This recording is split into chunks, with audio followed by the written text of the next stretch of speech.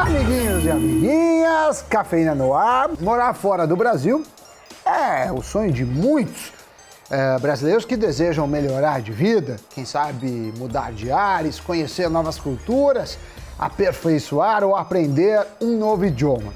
Tem ainda aqueles que buscam uma graduação, mestrado, MBA e por aí vai. Só que para esse sonho se tornar realidade, é preciso de uma coisa: dinheiro. E para isso é necessário um planejamento financeiro bem organizado. A não ser que você seja um herdeiro de, quem sabe, um magnata do petróleo, e dinheiro não seja problema para você. Certo, Doni? Como vai a vida? Bom, nesse caso fica fácil, né, Sammy Boy? Salve, pessoal! Olha, eu já morei fora do Brasil 3 vezes. A primeira para trabalhar e melhorar o inglês, e como eu não era filho de nenhum magnata, eu trabalhei em um hotel, arrumando cama, limpando privada, polindo copo, para juntar dinheiro e pagar a viagem. Aí depois eu fui para estudar, fiquei 6 meses em Rhode Island estudando economia, e agora recentemente eu fui para uma viagem curta, fazendo um enxovalzinho ali de 10 dias e acabei ficando quase 4 meses nos Estados Unidos, né? Eu gosto muito desse assunto, já pensei em morar fora do Brasil várias vezes, ao longo de períodos maiores e tal, então vamos lá!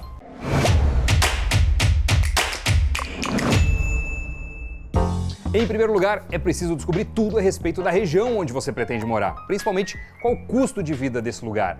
Você vai usar transporte público ou alugar carro? Vai cozinhar em casa ou comer fora? Você tem filhos em idade escolar ou não? Caso sim, já tem ideia da quantia necessária para pagar em uma escola particular lá fora? Será? Sabe ou não? O plano de saúde vai conseguir fazer renda no exterior ou vai usar os seus recursos do Brasil? Então, são muitos cálculos a serem colocados em uma planilha antes de simplesmente comprar passagem, né? E além de considerar tudo isso que o Doni acabou de falar, tem que ver o tipo de visto que você vai tirar e por quanto tempo ele te permite ficar no destino escolhido. Tem lugares, como a Europa, em que não é preciso ter um visto de entrada quando a viagem é por um período de até 90 dias. Já para um período maior que esse, é necessário ter um visto, seja de trabalho, estudo, para residir ou outra razão. Já nos Estados Unidos, todo brasileiro, inclusive crianças, que pretendem entrar no país, seja qual for o motivo, precisam ter visto. Mesmo até, Doni, que seja apenas trânsito em aeroporto. A dica para saber das regras vigentes no país que você gostaria de morar, mesmo que por uma temporada, é entrar nas páginas oficiais das embaixadas. Ainda mais depois da pandemia, em que algumas coisas mudaram, né? Então, supondo que você não tenha passaporte nem visto para entrar em território americano, o valor a ser gasto nessa etapa começa em R$ 1.050 por pessoa. Claro que esse valor vai depender da cotação do dólar. Já no caso da Europa, o gasto vai ser apenas com um passaporte, porque para períodos até 90 dias, até agora, não é necessário visto. O que pode ser feito é um pedido de autorização de residência. Aí, os valores dependem do país. No caso da Espanha, começa em 9 euros. Agora, tirando essa parte de vistos, a quantidade de dinheiro que você vai precisar reservar para viver fora do Brasil depende muito do seu perfil de consumo.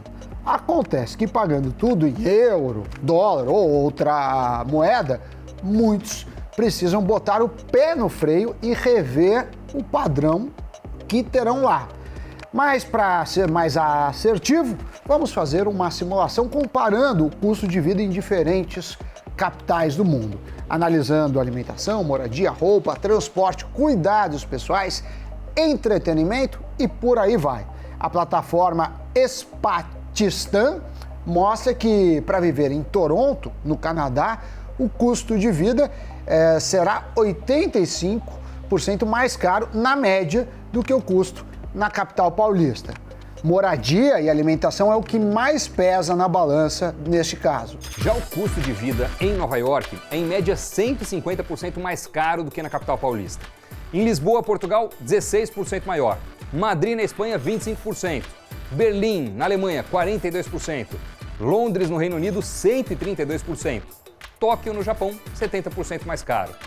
Já os lugares com custo de vida mais barato que a capital paulista são Istambul, na Turquia, 40%, Buenos Aires, 11%, Sucre, na Bolívia, 38%, Mumbai, na Índia, 32% e Santiago, no Chile, fica empatado. O aluguel é o que mais pesa no orçamento. E o primeiro mês de locação costuma ser o mais caro, já que os proprietários cobram o chamado depósito calção ou pagamento de 2 meses adiantados. Aliás, acho que o Doni pode falar mais sobre isso.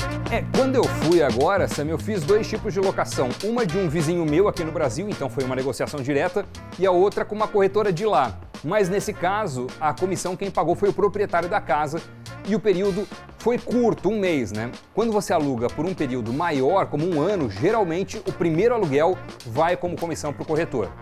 Um outro ponto que pega bastante são as despesas adicionais. Por exemplo, taxa de faxina, taxa de limpeza de piscina, quando é o caso, taxa de pet, por pet.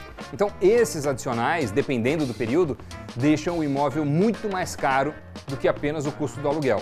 E a título de curiosidade, no caso de venda por parte do proprietário ou no caso de compra por você, a comissão para o corretor pode variar. Normalmente é de 6%. E uma coisa muito legal por lá é que todo o histórico do imóvel é acessível. Você consegue saber, por exemplo, com sites como o Zillow, toda a ficha corrida daquela casa ou daquele apartamento. Quando foi vendida, quantas vezes foi vendida, por qual valor a cada vez. A mesma coisa para as casas vizinhas, para os apartamentos vizinhos. Então é tudo muito mais transparente nesse sentido. Mas vamos voltar para o aluguel, Sammy Boy. Uma cidade como Nova York, em que tudo é muito caro, o preço do aluguel de um apartamento pequeno, de 1 quarto na área central, começa em $3.300. Se for fora da região central, o valor cai para $2.250. Já um apartamento maior, com 3 quartos, na região central, pode custar em média $7.000. Agora, se você mudar de continente e for viver em Lisboa, a média para o mesmo perfil de apartamento será entre 546 e 1.259 euros, ou o equivalente a 605 e $1.400, respectivamente. É uma baita diferença. Mas esses valores, Doni, precisam ser multiplicados por 3, porque é o calção de 2 meses mais o respectivo aluguel. Além disso, tem a taxa de administração da imobiliária, que em média é de 5% sobre o valor. Outro ponto importante, seguro-saúde. Até porque, diferente do Brasil, não é todo lugar que tem saúde pública disponível e que funciona bem. Na Europa, costuma ser caro o custo do hospital. Em países como Portugal, o estrangeiro tem acesso ao sistema público de saúde, mas precisa pagar uma pequena parcela do valor do tratamento médico, a chamada taxa moderadora. Por isso que é bom calcular no orçamento. Mas existem seguros de saúde internacional que acabam oferecendo uma ampla cobertura para despesas médicas. Para a Europa, a média de preço mensal costuma iniciar ali na casa dos 100 euros por pessoa. Mas vamos falar dos Estados Unidos? Por lá, se não tiver um plano de saúde, a dívida de um atendimento médico pode te acompanhar para a vida. É caro demais. Tem muitos casos de dívidas altíssimas após um tratamento, uma visita inesperada no hospital, uma cirurgia de emergência, sei lá eu. Eu, por pouco, não precisei usar, né? Eu consegui voltar ao Brasil e operar a coluna aqui no Brasil 2 dias depois do desembarque. Mas se o seu plano é mudar por um período maior, e principalmente para os Estados Unidos, plano de saúde tem que estar no seu planejamento. Custa. É barato? Não é. Mas é um risco que não vale a pena correr. Vale destacar que o seguro viagem e o seguro saúde são obrigatórios para alguns destinos e opcional para outros. Então precisa ver qual será a exigência do lugar que você escolheu. Agora, analisando outras despesas, como a alimentação e as contas mensais da casa, né? Internet, gás, energia, água e por aí vai, na Europa, a média para esses gastos somados é de 600 euros para uma pessoa econômica e 1.000 euros, Doni, para um consumo chamado de moderado. Já nos Estados Unidos, ninguém melhor do que Doni Denúcio, que estava lá há pouco para contar. Aliás, você achou muito caro fazer compras nos supermercados da Flórida? Sam, $1 qualquer coisa é cara, né? Eu vi muita diferença de preços lá, por exemplo, entre cidades diferentes. Sei lá, Orlando e Miami. Miami é muito mais caro. Então, embora não sejam tão distantes, o preço oscila muito. Agora, o que eu também percebi por lá é uma grande variedade, principalmente de congelados ou itens que tornam a vida mais prática, né? Como serviço é algo super caro nos Estados Unidos, é difícil encontrar quem tenha, por exemplo, funcionário fixo em casa. Por isso as soluções são pensadas para a praticidade. Um exemplo é um spray que você borrifa na roupa, passa a mão assim, pronto, ela está passada, né? Não precisa ir para ferro, nada. Agora, eu senti também inflação por lá. Em dólares, a alta de preços foi bem perceptível de alguns anos para agora, né? E a alta da inflação, que ainda assim não se compara com a nossa, era manchete em jornais, chamadas de reportagem de TV, por aí vai. Então, também era uma questão que estava presente nesse período que eu passei por lá, sabe? Calculando de forma geral, a média que um brasileiro pode vir a gastar entre passaporte, vistos, documentos, passagens, 6 meses de aluguel, plano de saúde, alimentação, despesas fixas da moradia, transporte e imprevistos, fica por pessoa entre 83 mil a 110 mil reais. Isso por 6 meses, colocando 10% aí, Doni, para imprevisto, uma reserva de emergência, segundo projeção das plataformas Numbeo e Expantistan. Aqui não entrou gastos com lazer, vestuário, cursos ou qualquer outras coisas que não sejam necessidades básicas. Por isso, a depender do estilo de vida que você pretende levar fora, o montante aumenta. Agora, se você que nos assiste ou nos ouve gostaria de mudar de país para estudar com bolsa de estudos nas grandes universidades ao redor do mundo, o custo pode despencar ou até sair tudo vascão, né, na faixa. Então, se liga nesse vídeo que conta com a participação da Bruna Passos Amaral. Ela mora fora há anos e tem um canal famoso chamado Partiu Intercâmbio. Nele, ela dá dicas de como ser aceita ou aceita nas universidades, como é a preparação para as provas de proficiência em inglês e também ela traz depoimentos de brasileiros que conseguiram bolsas. Pode rodar. Bruna, então eu já quero agradecer a sua participação aqui no Cafeína e seja muito bem-vinda. Muito obrigada, eu fico muito contente com o convite e de trazer um pouquinho mais da palavra do Partiu Intercâmbio de estudar no exterior, com bolsa ou sem bolsa, para todo mundo de todas as idades. E aí eu já queria começar, né, com uma pergunta, né, porque queria saber se é mesmo possível um brasileiro que tem aí seus planos de sair do país, dele encontrar uma bolsa parcial ou até total, né, dos custos que ele vai ter, né, seja de acomodação, passagem, as documentações, né, e o curso, a depender do que ele vai escolher, né, se é um bacharel, mestrado, doutorado e por aí vai. Você é expert no assunto, eu queria que você falasse um pouco sobre isso e o que você tem visto aí na sua carreira. O que eu vejo nesses mais de 10 anos trabalhando com educação internacional e pessoas que querem estudar no exterior, é que no Brasil a gente ainda tem muitas pessoas que acreditam que é impossível você estudar fora e que custa muito dinheiro, né? A ideia de que sim, custa bastante dinheiro é uma ideia real, porque o real está desvalorizado hoje, né? Frente a várias moedas aí.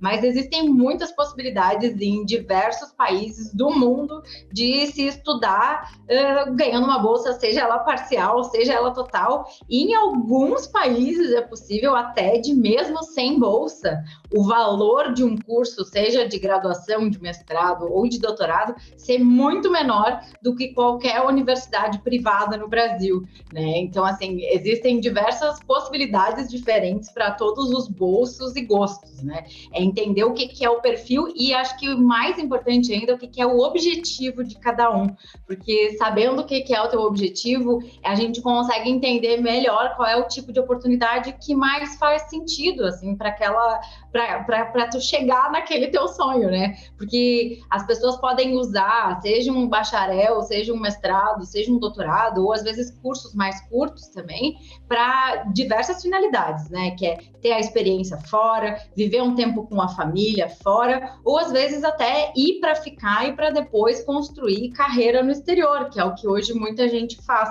que é o que eu também acabei fazendo, né? Então, a possibilidade ela existe, são várias, é só importante entender assim o que funciona melhor para cada um e para os planos futuros de cada um. Eu queria saber sobre essas oportunidades para as pessoas que são mais maduras, se elas existem mesmo, de fato. E se esse perfil, se esse público precisa se preparar melhor financeiramente do que um jovem solteiro?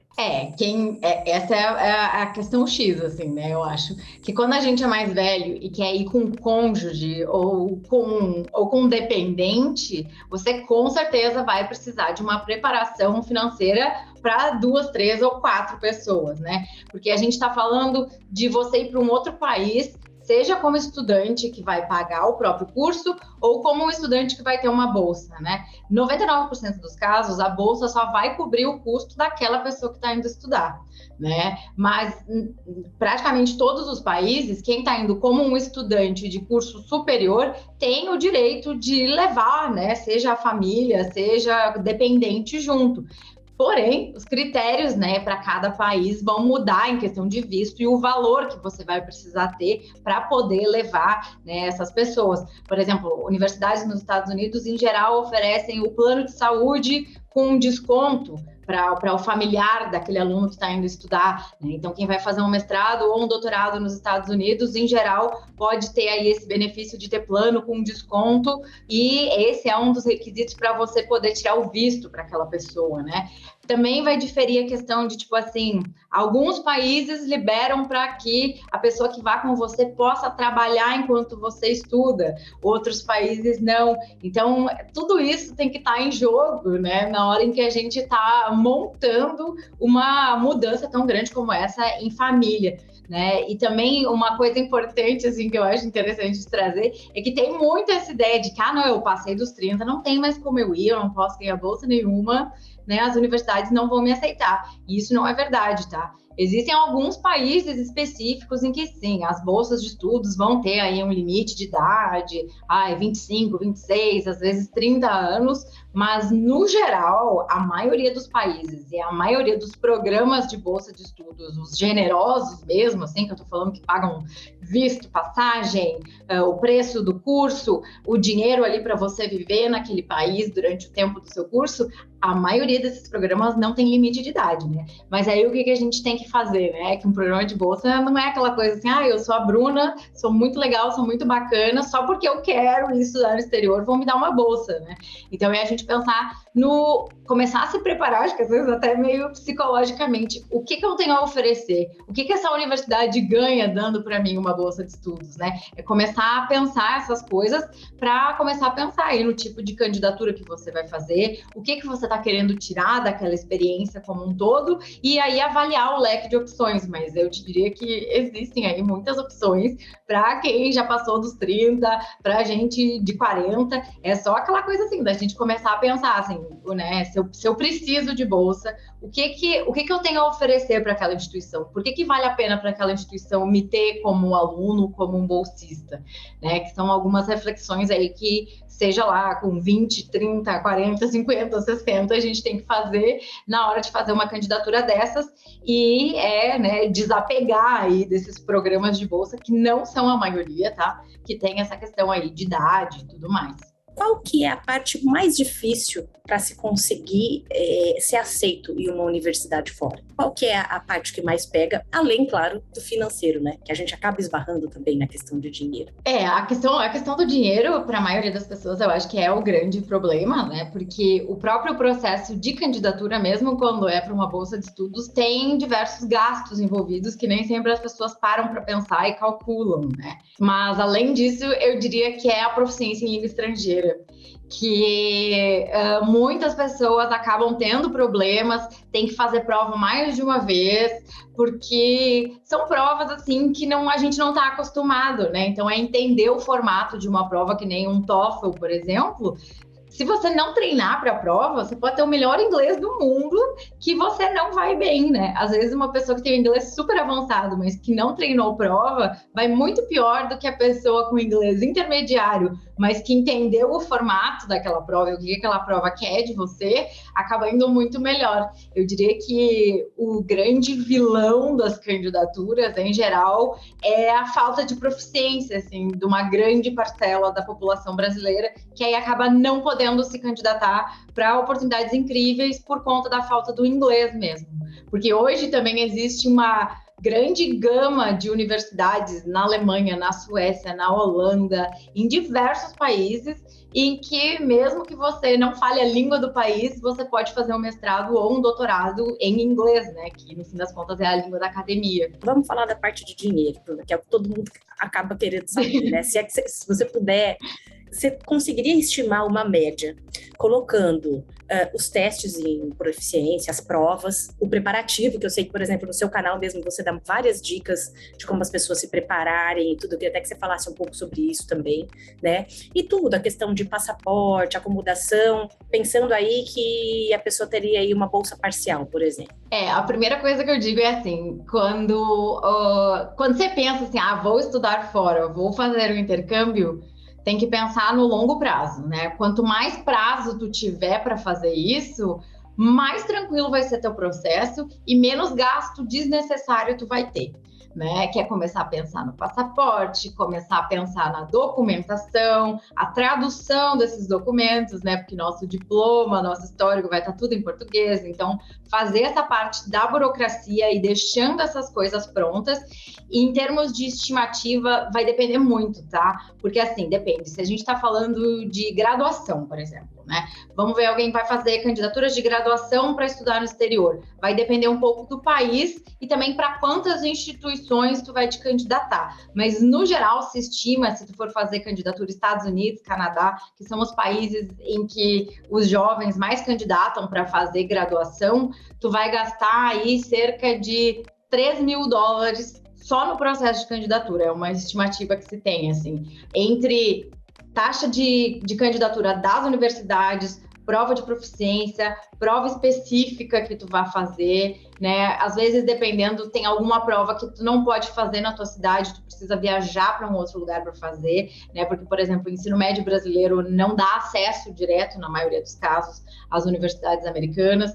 Tem diversas coisas envolvidas, assim, né? E isso, obviamente, assim, se tu vai gastar mais ou menos, vai depender de quanto o dólar tá valendo nesse momento e também, assim, de para quantas universidades tu vai te candidatar, né? Porque as universidades, tem universidade que vai te cobrar $50 uma taxa de candidatura e tem universidade que vai te cobrar 120. Então, a gente bota aí uma média, às vezes, de $90, e algumas vão ser um pouco mais, outras para menos. Se tu vai candidatar para 2, vai gastar bem menos, né? Se tu vai candidatar para 10 e ter mais chance, vai gastar mais.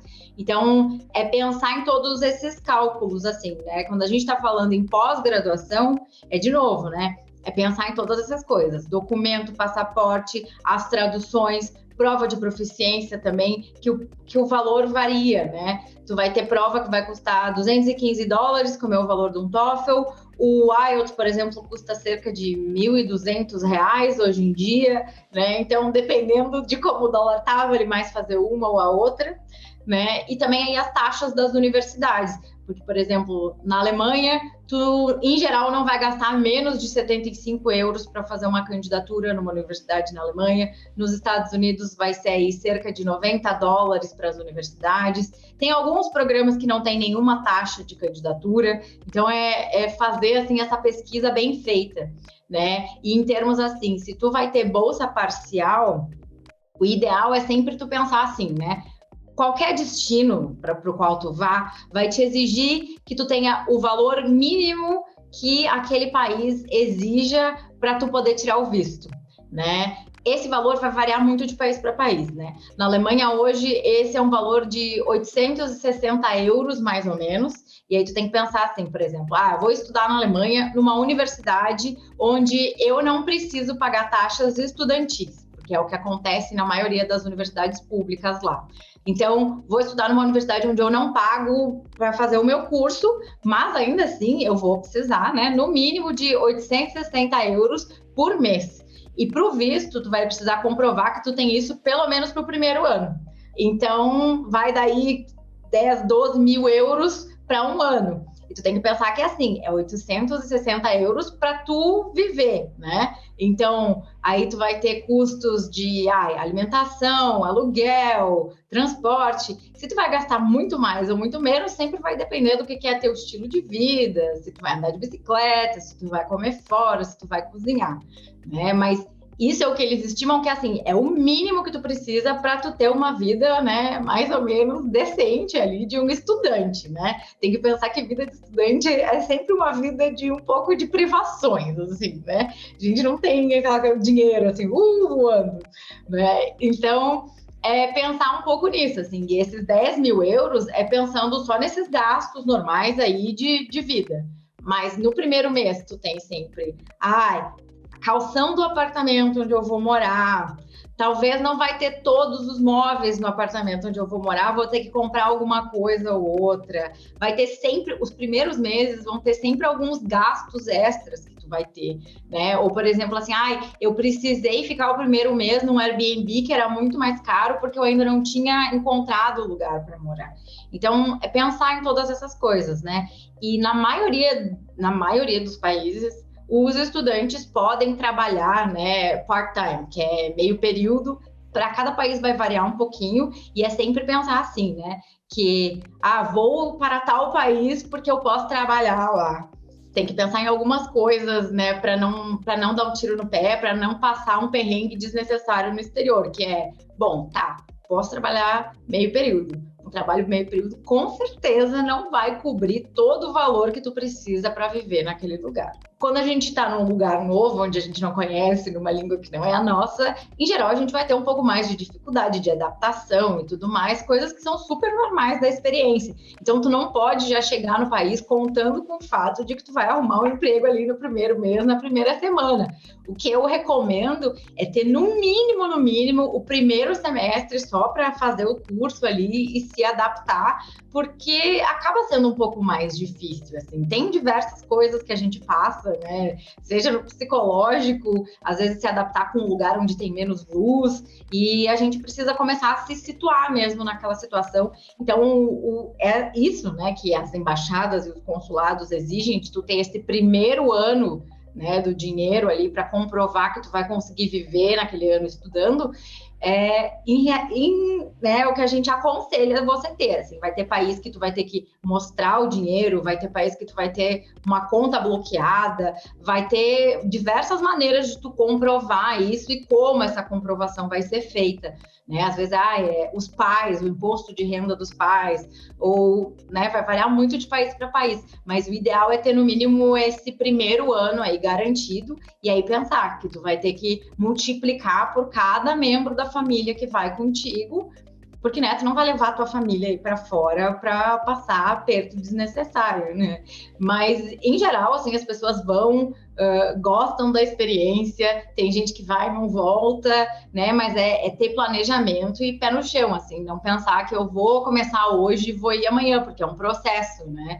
E o próprio processo de admissão e candidatura é um processo que leva um certo tempo, assim. Se a gente está falando de bolsa, então, o ideal é ter no mínimo um ano entre quando tu começa e quando o programa no exterior vai de fato iniciar, porque tem processo aí de candidatura que tu começa, sei lá, em agosto de 2022, e tu só vai saber se tu ganhou a bolsa para tu poder ir lá em julho de 2023.